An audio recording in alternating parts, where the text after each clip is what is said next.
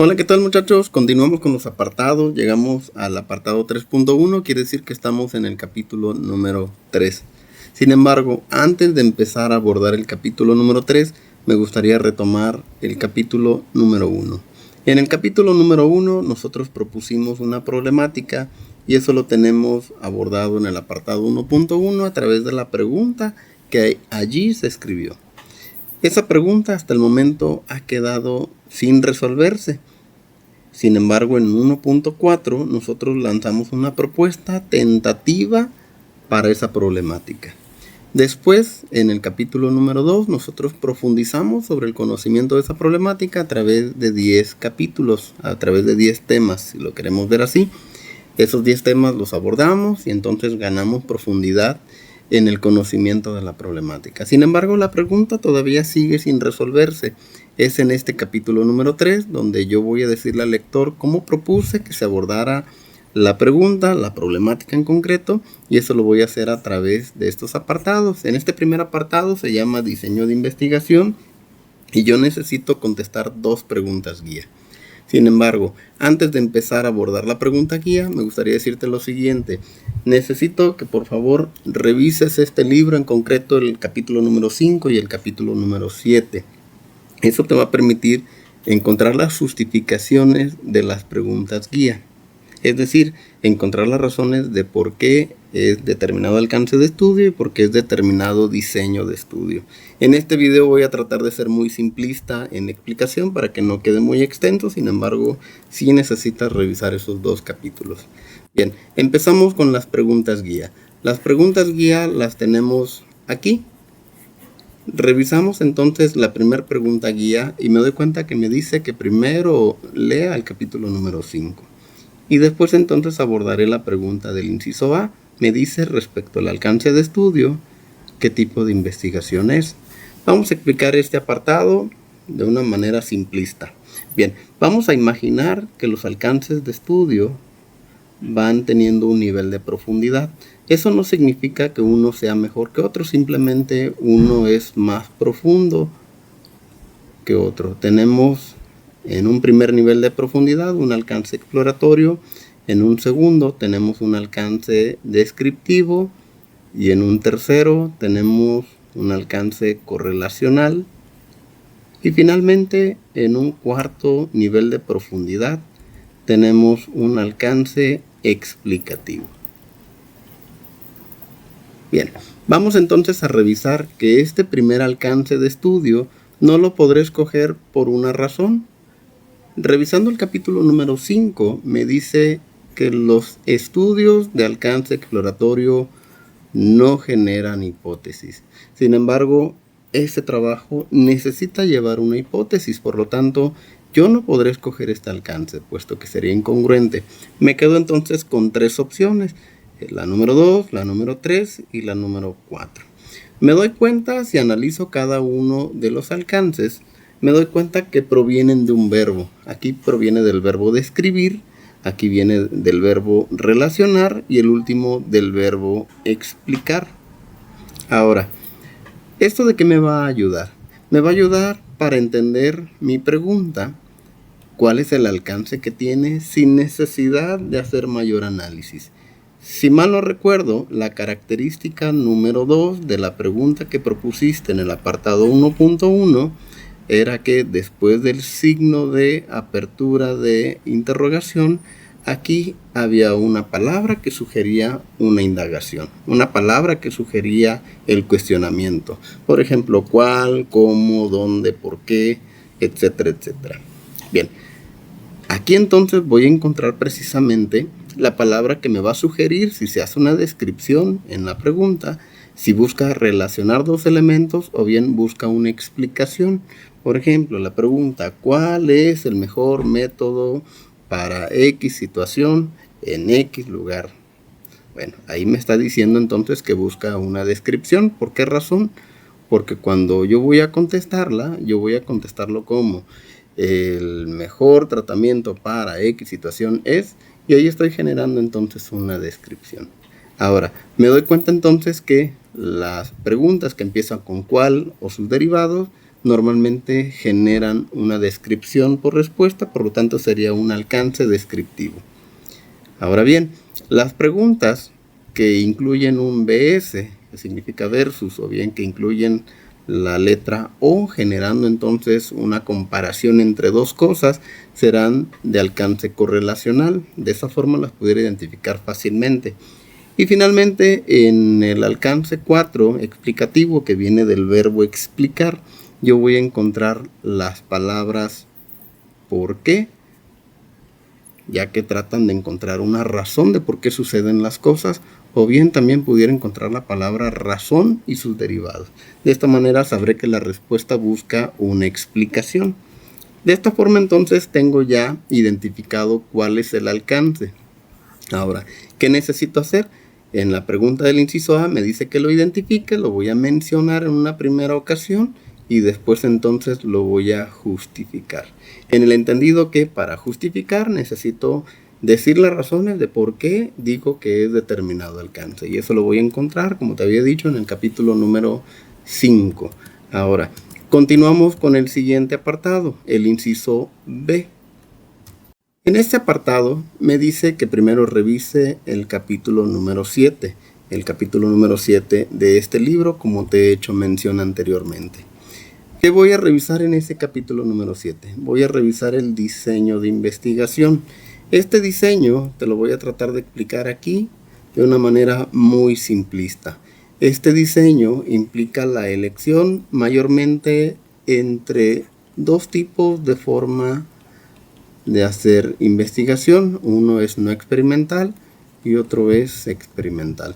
Me doy cuenta que comparten la palabra experimental. Sin embargo, uno tiene la palabra no antes de experimental. Quiere decir entonces que al entender uno, entenderé el otro. Vamos a tratar de ser muy simplistas en explicar este primeramente y después pasaremos al otro. Bien, ojo aquí, para yo poder generar un experimento, primero necesito entender qué es un experimento. Bien, un experimento es una situación controlada. Es una situación que el investigador va a proponer para entonces llevarla a cabo. Esa situación controlada, ojo aquí, para los muchachos del área de la salud, necesitas revisar las implicaciones éticas que va a generar. Es decir, no puedo estar proponiendo cosas nada más por proponer, ni hacer cosas nada más por hacer, de manera que pongas en riesgo la salud de alguien.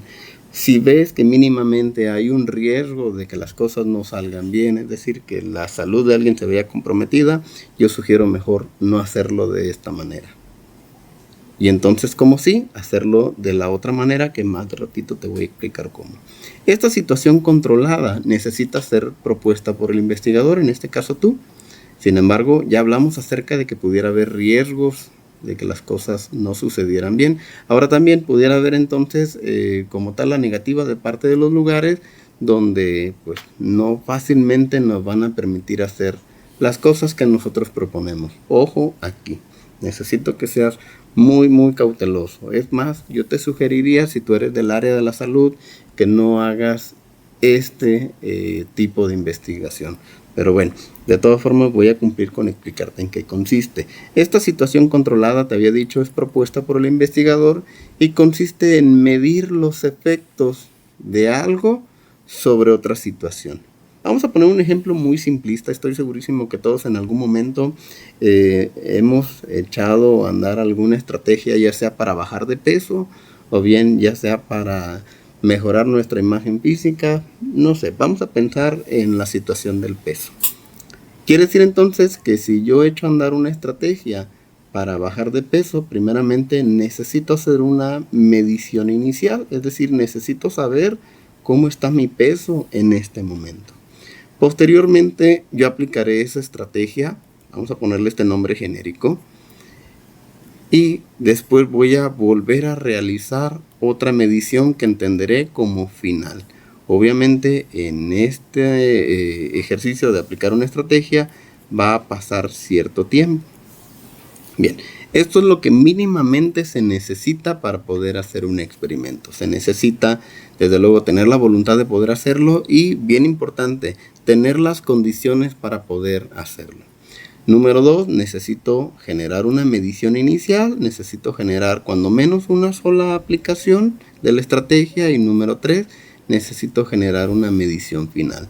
Todo esto lo deberás de registrar a través de un instrumento. Ese instrumento, más adelantito vamos a hablar de qué pudiera ser. Lo registro entonces y lo utilizo para más adelante. Bien, este es el diseño experimental. Nos vamos con un no experimental. Si te das cuenta, aquí tu función fue activa. Es decir, tú vas a proponer algo, lo vas a llevar a cabo y vas a medir qué sucedió. Aquí nuestra función va a ser pasiva. Es decir, nosotros no vamos a controlar ninguna situación y nosotros tampoco vamos a proponer ninguna situación. Únicamente nos vamos a limitar a observar esa realidad. ¿Y cómo la puedo observar? La puedo observar a través de un instrumento. Ahora, profe, ¿qué voy a entender por instrumento? Por instrumento voy a entender cualquier cosa, ya sea física o digital, que me ayude a capturar la realidad así como está sucediendo. Por ejemplo, si yo voy a un aula de clases y ahí ya hay un profesor que está dando la clase, ojo, yo no la propuse, por lo tanto es no experimental.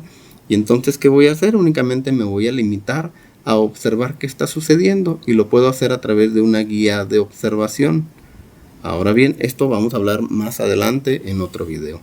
Ahora bien, vamos a pensar que entonces ya sucedió la situación y yo necesito recuperar la experiencia, ya sea del que estuvo a cargo de esa experiencia o bien del que recibió la experiencia. Por ejemplo, si es un tratamiento médico, puedo yo ir con los que proponen el tratamiento o bien con los que reciben el tratamiento. ¿De qué va a depender? Va a depender de la problemática que tú estás abordando y de qué enfoque le quieres dar. ¿Qué puedo hacer si ya sucedió la situación y no tengo acceso a estar observando la situación en el momento en el que acontece? Puedo hacer una entrevista, que es un acercamiento cara a cara, ya sea por un medio físico o por un medio digital. Ahora bien, si por ejemplo yo no tengo acceso a la entrevista, puedo hacer una encuesta, que no es otra cosa más que una interacción que pudiera no ser en tiempo real, puede ser físico o bien puede ser digital, ya sea al que ofrece el tratamiento o bien al que recibe el tratamiento. Hablando del área de la salud, hablando de cualquier otra área, al que recibe el servicio o bien el que brinda el servicio. Me doy cuenta entonces que en el no experimental mi postura es pasiva, es decir, yo no voy a generar que las cosas sucedan, simplemente me voy a limitar a observarlas. Ahora, aquí seguramente va a surgir la pregunta, bueno, profe, ¿y cuál es la mejor? Realmente no hay uno mejor que otro, de manera que yo necesitaría escoger uno u otro dependiendo la conveniencia. Llámese conveniencia en cuestión de dinero, llámese conveniencia en cuestión de tiempo, conveniencia en cuestión de acceso a las personas y desde luego conveniencia en el aspecto ético. Ojo, ¿qué te recomiendo? Y voy a ser bien repetitivo. Si la salud de alguien está en juego, yo te recomiendo que no hagas esto. Si la salud de alguien está en juego, entonces yo mejor te recomiendo que hagas esto de aquí. ¿Por qué razón? Porque simplemente no podemos estar jugando con la salud de nadie. Bien, regresamos entonces al capítulo 3.1. Al apartado B me dice que mencione cuál es el diseño y que justifique por qué digo yo que ese va a ser el diseño. Me doy cuenta que no hay un mínimo ni un máximo de longitud para escribir. Sin embargo, este es el requisito permanente que ha quedado en todos los apartados. Bien, recapitulamos entonces. Yo necesito leer el capítulo número 5 de este libro. Necesito leer el capítulo número 7 igualmente de este libro para poder contestar inciso A y contestar inciso B.